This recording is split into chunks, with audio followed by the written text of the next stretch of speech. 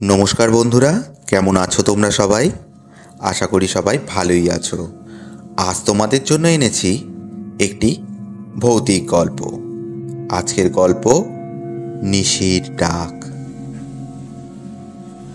রাত তখন গভীর, চারপাশ নিস্তব্ধ।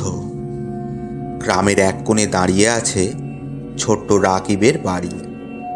আজ সে খুব দেরিতে ঘুমিয়েছে, কারণ দাদুর কাছে ভূতের গল্প শুনছিল। দাদু বলছিলেন, নিশির ডাক শুনলে কখনোই সাড়া দেওয়া যাবে না।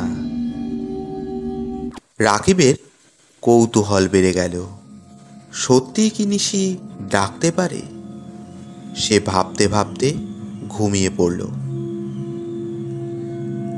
রাতের কোনো এক সময় হঠাৎ সে একটা মিষ্টি গলায় ডাক শুনতে পেল, রাকিব, রাকিব।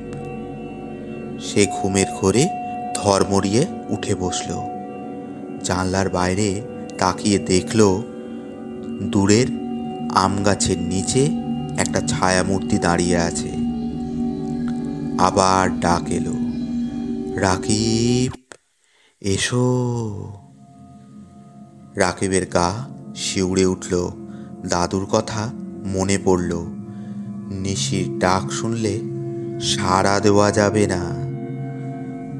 সে সাহস করে চোখ বন্ধ করলো, কাঁথা মুড়ি দিল, আর মনে মনে দাদুর শেখানো দোয়া পাঠ করতে লাগলো। ধীরে ধীরে সেই ডাক মিলিয়ে গেল। সকালবেলা দাদুকে সব বলতেই তিনি হেসে বললেন, বাহ, তুই তো খুব সাহসী। নিশির ডাক ছিল কি না জানি না, তবে মাঝরাতে ডাক শুনলে কখনোই বাইরে বেরিয়ে যাবি না। রাকিব মাথা নাড়ল। এবার থেকে আর কোনো কৌতূহল নয়। নিশির ডাক এলেও সে সাড়া দেবে না। শেষ হলো আজকের গল্প। নমস্কার।